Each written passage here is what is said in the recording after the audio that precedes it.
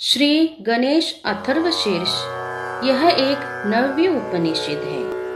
यह अथर्ववेद से संबंधित है। इसमें गणेश विद्या बताई गई है और गणेश जी के उपासकों में इसे एक विशेष महत्व है।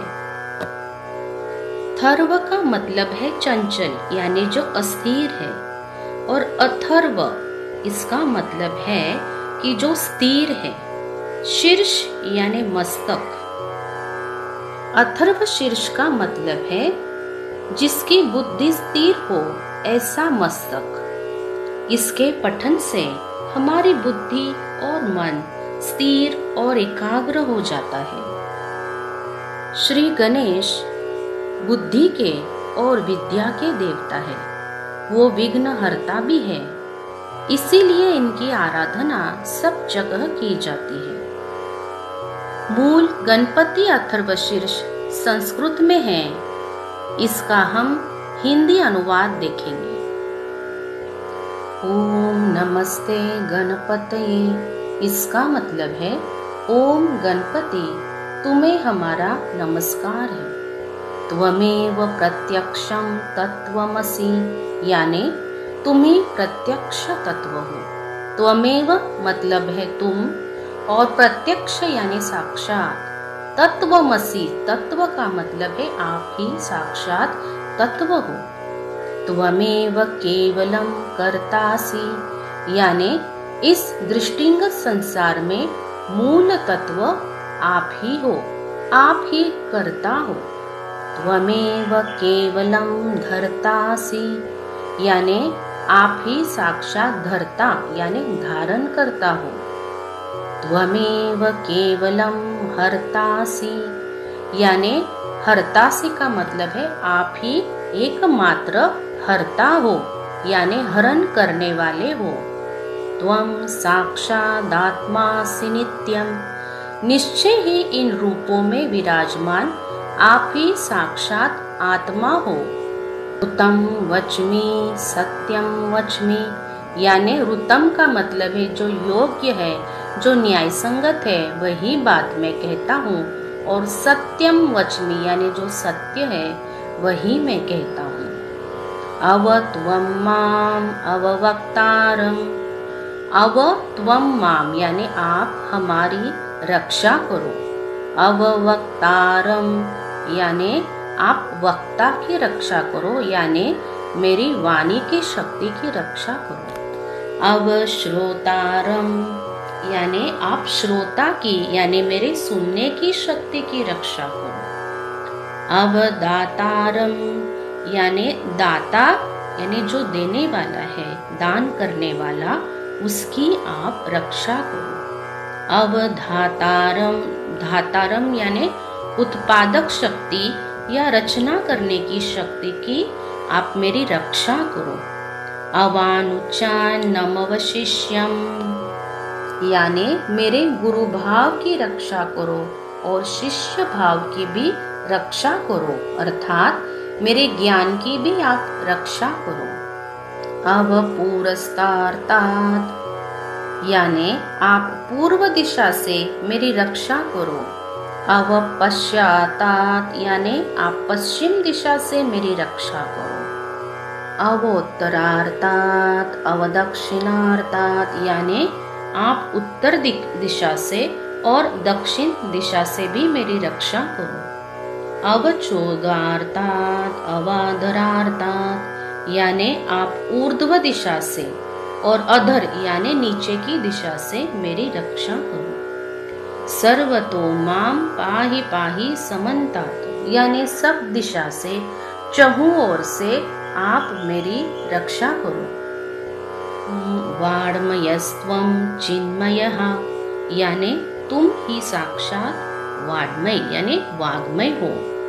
तुम ही साक्षात चिन्मय पूर्ण तथा विशुद्ध ज्ञानमय हो। चिन्मय का मतलब है पूर्ण तथा विशुद्ध। त्वं आनंदमयस्त्वं ब्रह्ममयः, यानी तुम ही आनंदमय हो और तुम ही ब्रह्ममय हो। त्वं सच्चिदानंदाद्वितीयोऽसि, यानी सच्चिदानंद यानी सत, चित और आनंद तुम ही हो। द्वितीयों से यानी आप ही अद्वितीय यानी जिसके अलावा कोई दूसरा न हो यानी अद्वितीय हो। त्वं ज्ञानमयो विज्ञानमयोऽसि यानी तुम ही ज्ञानमय हो और विज्ञानमय भी तुम ही हो।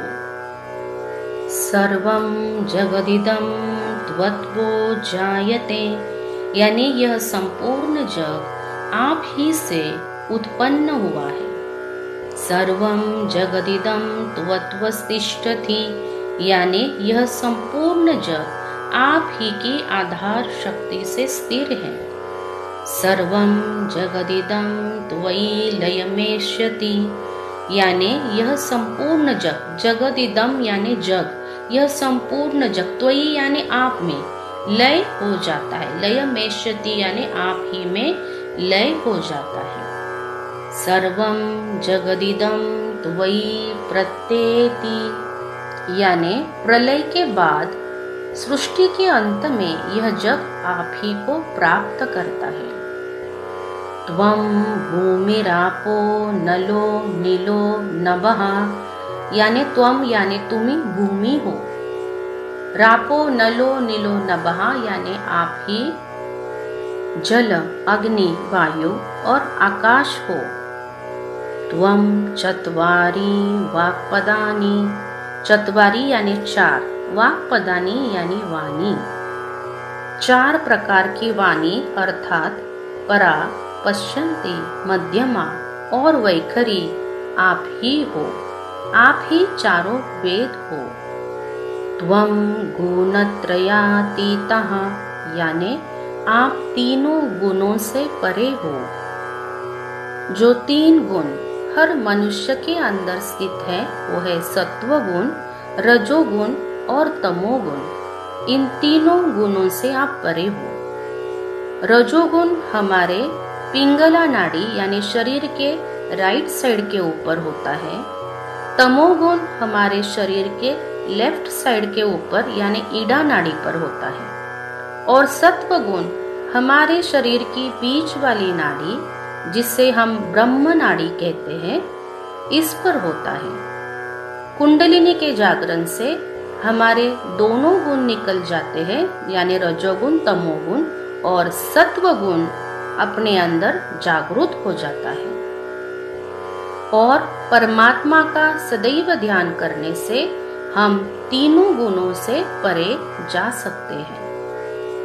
त्वं देहत्रयातीतः यानी आप तीनों देहों से परे हो।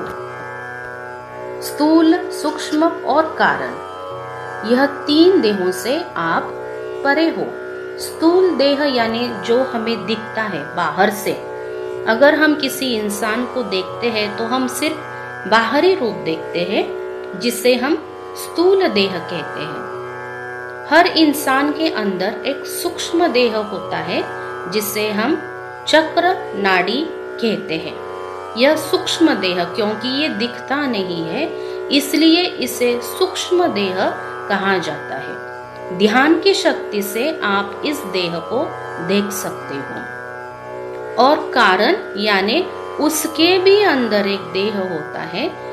यह भी केवल ध्यान की शक्ति से जाना जाता है और साधक ध्यान की शक्ति से इन तीनों देहों से परे जा सकता है।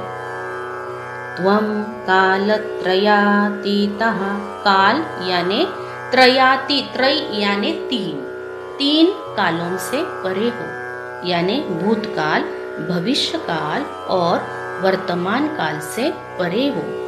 भूतकाल हमारी बाई नाड़ी के ऊपर होता है, भविष्यकाल हमारी दाई नाड़ी के ऊपर होता है और हम जब बीच में रहते हैं वर्तमान काल में तो हमारी बीच वाली सुषुम्ना नाड़ी जागृत हो जाती है।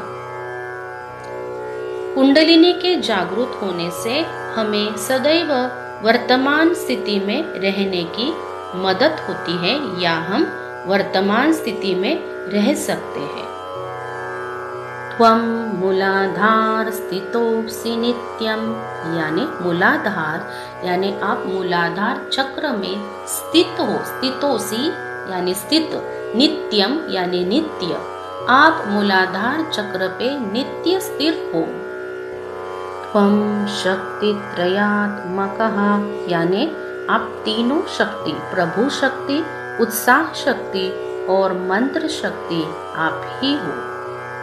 त्वां योगिनो ध्यायन्ति नित्यम, यानी सभी योगी, योगिनो यानी योगी, ध्यायन्ति नित्यम आप ही का ध्यान करते हैं।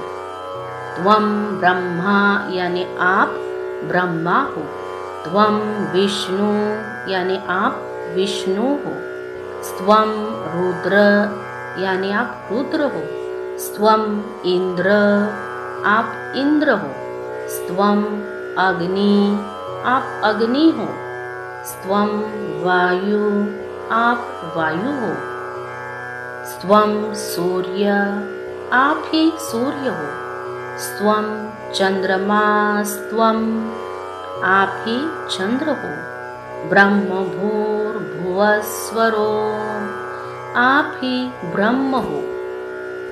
आप ही भूव और स्वाहा हो। भू यानी पृथ्वी, भुव यानी अंतरिक्ष, स्वाहा यानी स्वर्ग। तुम पृथ्वी, अंतरिक्ष और स्वर्ग के ब्रह्मांड स्वरूप में स्थित हो। गणपति का मंत्र का स्वरूप अब हम जानते हैं।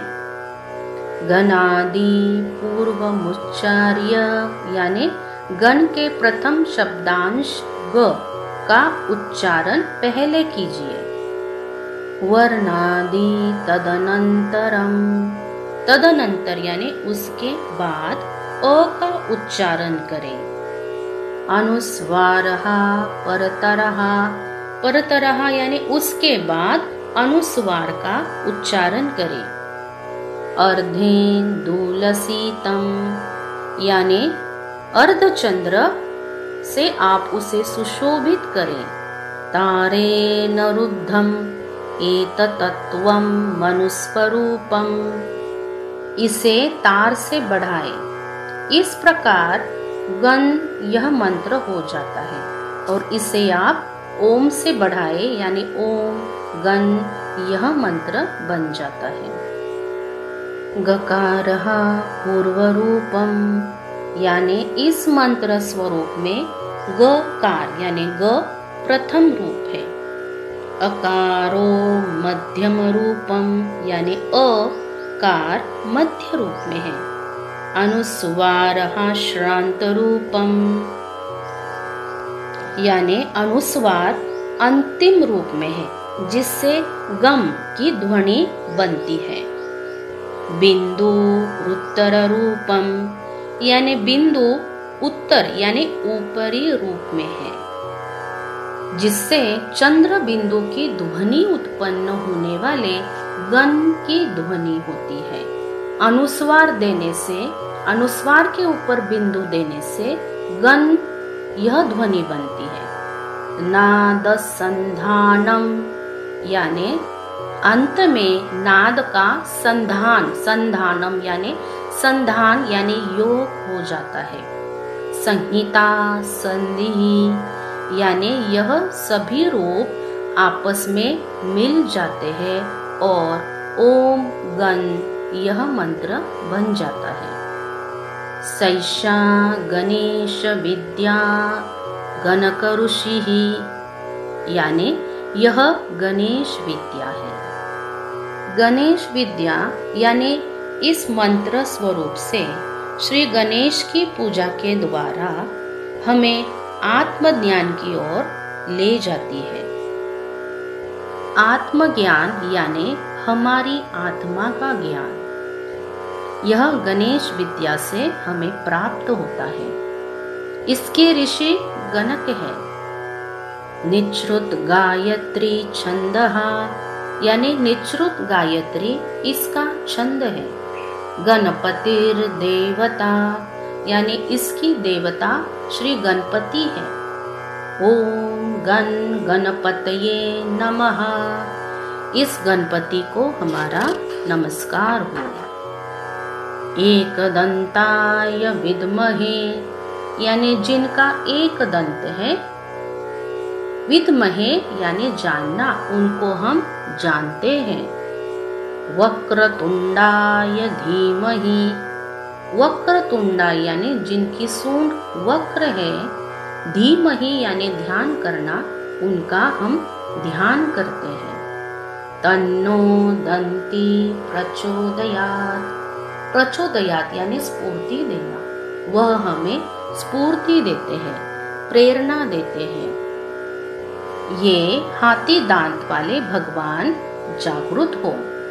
एकदंतम चतुरहस्तम यानी जिनको एक दंत है और चतुरहस्त यानी 4 हाथ है।